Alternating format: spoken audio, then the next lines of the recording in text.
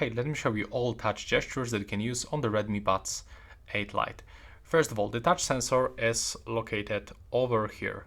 And now, when you single tap on the right one, we can change songs.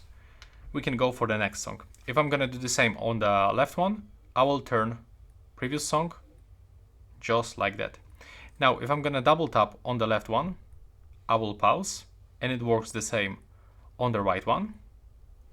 If I'm gonna tap 3 times, I will volume down. There we go. If I'm gonna triple tap on the right one, I will volume up.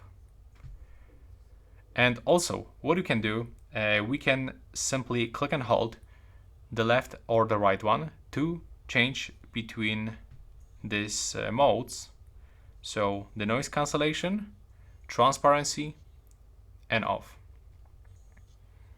But also what we can do, we can go for the gestures and select on the left or the right one for the press and hold to activate the voice assistant. So as you can see in my case, it is available on the left one. So if I'm gonna click and hold it, I will wake Gemini. There we go. But there's also one hidden option for answering and ending the phone calls.